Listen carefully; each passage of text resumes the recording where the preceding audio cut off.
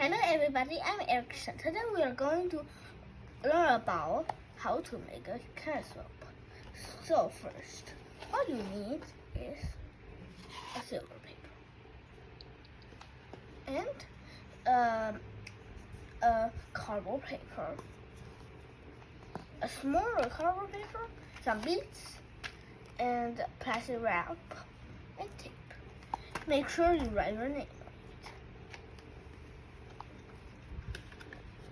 First, you need to take your big cardboard paper that writes your name. Then you put a silver paper with a triangle like this. Make sure it can go inside. Then it needs to be flat. Put it in. If it didn't come flat, it won't work. Then we use the smaller cardboard paper. And if you really doesn't have a smaller cardboard paper, you can cut it. Cut it like this, about this size. And you can, but in the time, you will see that it's about the same. You cannot get inside.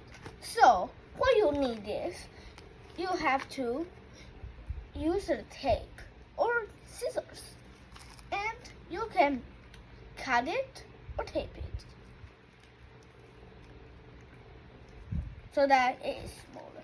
Then you use a plastic wrap to wrap it around.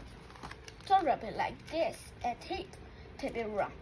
Make sure it doesn't have any holes. We put a bead inside, and not too many, but half. Then we use another plastic wrap to wrap it around and use tape to stick it around. Okay, so that it can go inside, we'll go inside. And if you see like this, you're correct. So now I will spin it. Then you will see the image is spinning.